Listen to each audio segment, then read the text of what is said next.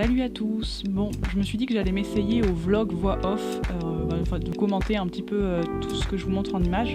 Là, c'était surtout pour vous emmener avec moi au magasin vrac, mais bon, comme j'ai mis des images du mois le matin, je voulais vous montrer un peu. Donc là, je me prépare un café, zéro déchet, puisque j'achète mon café en vrac et ensuite je le mets dans une cafetière à piston où du coup je presse directement mon café et ça fait du super bon café.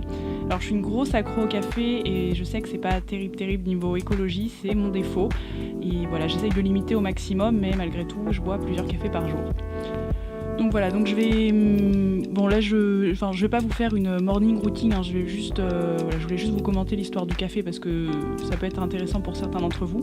Et après, on va directement passer au magasin vrac, je vais essayer de vous commenter un petit peu parce que je sais que ça intéressait pas mal d'entre vous et donc je voulais vous montrer comment je fais mes courses et puis essayer de vous expliquer un peu le fonctionnement. Après, ça va être quand même assez rapide, donc si vous voulez que je fasse vraiment une vidéo complètement dédiée à ça, c'est tout à fait envisageable, donc dites-le moi dans les commentaires et dans ce cas je ferai une vidéo qui est uniquement consacrée à ça. Voilà, bon, je vous laisse sur des images et on se retrouve tout de suite.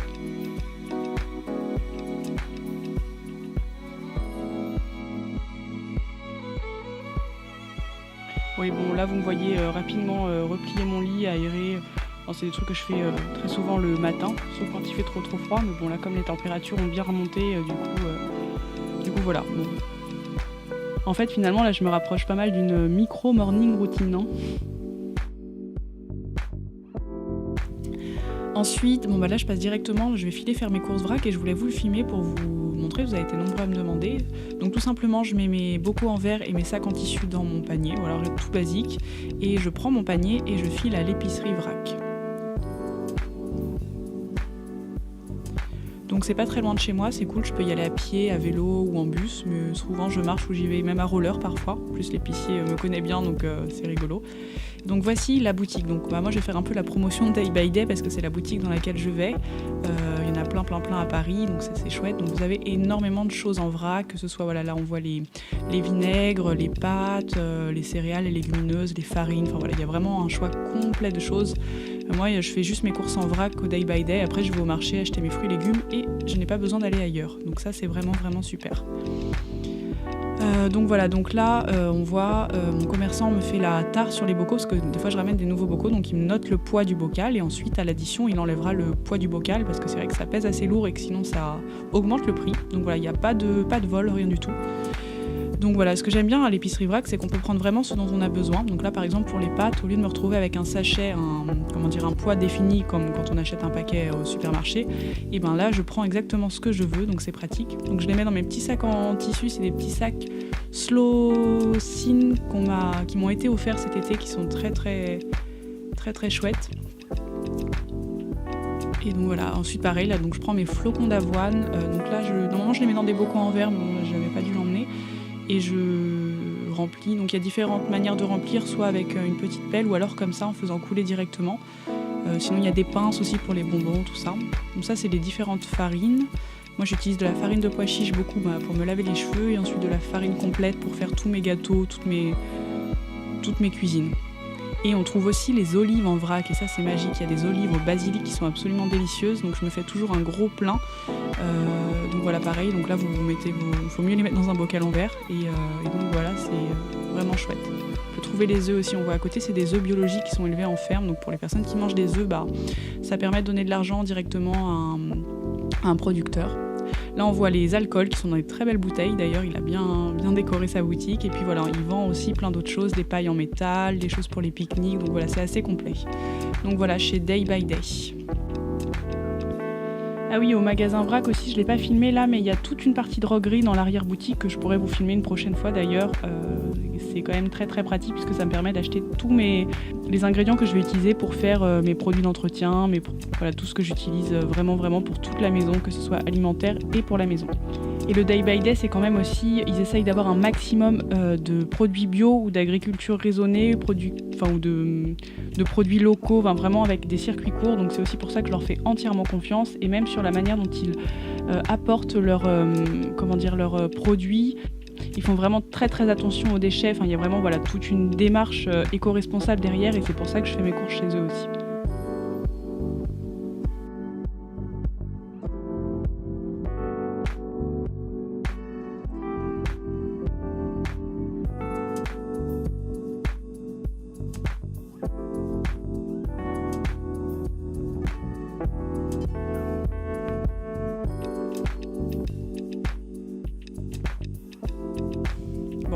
maintenant, on se retrouve avec la fin de l'interview avec Pierre Chevel que je vous avais promis, avec les dernières questions. C'est trop bon. T'as vu, c'est ouf. Ça, c'est des noix de macadamia. Ah, ça, ouais. Ça, c'est des chips de banane, c'est trop bien. T'en as dans tous les magasins vrac et c'est trop bon. Ça coûte pas cher en plus. Trop bon les chips de banane. Ouais, ça fait des bons snacks quand t'as faim si et vous ça connaissez. cale. Moi je connaissais pas. Ah ouais, putain. Ça, c'est un truc basique d'écolo, voilà. Ouais. Je suis pas. Ah non, du coup, c'est un minimaliste, donc. Je suis tendance zéro déchet, mais je suis très loin de ton mode de vie. Hein. Ouais, bah ouais. Mais du coup, ça c'est cool. S'il y avait un truc que tu trouves le plus important dans ce mode de vie, un truc que tu... Je sais pas comment...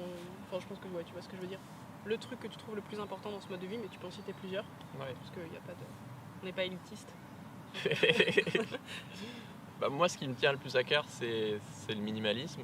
Ouais. Et comment justement l'essentiel est sans cesse menacé par le superflu. Ouais. C'est une citation de René Char. Et justement, comment est-ce que, en commençant par faire le tri dans tes objets, t'identifies les 80% de choses qui sont superflues dans ta vie pour te concentrer uniquement sur les 20% de choses qui sont essentielles pour toi, qui t'apportent de la joie, qui te rendent heureux, qui te font vibrer et qui te font grandir. Et donc au début, tu commences avec ranger chez toi, avec la magie du rangement de Marie Kondo, etc. Ouais. Et en fait, petit à petit, tu t'appliques ça à tous les domaines de ta vie, à sortir les relations toxiques de ta vie et passer plus de temps avec les gens que tu kiffes. À ton travail, peut-être essayer de te rapprocher d'un travail qui t'inspire vraiment, ou à tes études, à changer d'orientation d'études, à l'information que tu consommes, à ce que tu manges, effectivement. Et tu te rapproches de plus en plus d'une vie qui t'inspire en fait et qui te fait vibrer et où tu deviens entier en fait, vraiment. J'appelle ça, j'ai l'impression de devenir entière, c'est un truc... Ouais. Donc moi c'est ça qui me questionne régulièrement de qu'est-ce qui est essentiel pour moi. Et du coup tu développes d'autres muscles, d'apprendre à dire non pour protéger ton temps, pour protéger ton temps avec les gens qui te sont chers si c'est ça qui est important pour toi. Moi, c'est ça dans mon cas, je passe plus de temps avec ma famille, je passe plus de temps sur ma chaîne YouTube pour faire des vidéos. C'était aussi ça, de passer des livres à YouTube, c'était... en fait, les livres c'est cool, mais ce qui m'inspire vraiment c'est YouTube, et du coup, je prends ce risque de faire ce saut-là, mais je sais que c'est... Enfin, tu le sais, quoi, quand il y a un truc qui te fait vraiment kiffer. Voilà. Et ça me faisait rire au début quand j'entendais que les gens qui faisaient du minimalisme, et notamment en rangeant chez eux, derrière par exemple, ils allaient changer de travail ou perdre du poids ou larguer leur relation toxique amoureuse, etc. Et en fait aujourd'hui je le comprends tellement. Bah ouais, c'est ça, parce qu'on a souvent tendance à penser que le minimalisme s'arrête uniquement sur le rangement de sa maison. Alors c'est ça, mais c'est un truc girly, juste déco, DIY et tout. Et tellement... t'es là, mais non. Pas du tout. De toute façon, c'est ça, c'est un peu comme pour tout. Très souvent, tu pars avec un stéréotype de base, enfin pas toujours, mais comme le zéro déchet. Après, pareil, ça va beaucoup plus loin que ça. Et j'ai fait une vidéo sur le minimalisme où j'en parle un peu. Et je disais justement que c'est plein de choses, c'est même tout ce que tu viens de citer, en fait, les relations sociales, ce que tu fais, tout, quoi. C'est un truc complet, quoi. Et ce muscle d'apprendre à distinguer ce qui est essentiel pour toi, c'est ça, d'apprendre de ce à connaître, qui t'apporte de la joie. C'est un truc qu'on nous apprend pas et que du coup tu dois pratiquer. C'est un muscle, quoi. Comme si tu veux des abdos, faut faire des pompes ou des... je sais pas quoi. Je sais pas. Faut faire des exos, quoi. Et plus tu fais ce qui est essentiel pour toi, plus tu seras heureux, tout simplement. C'est exactement ça, ça rend entier, heureux et après tu deviens accro, par contre. Mais non, c'est exactement ça. Ok. Ce que je voudrais savoir, du coup, même si tu as un petit peu répondu en même temps, c'est ce que t'apporte ce mode de vie au quotidien. Tout ce que ça peut t'apporter de positif, même de négatif, s'il y a des choses négatives. Parce qu'on parle toujours du positif, mais...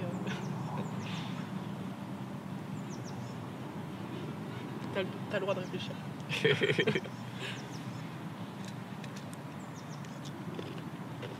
Je crois que ce qui m'excite le plus, c'est de désapprendre.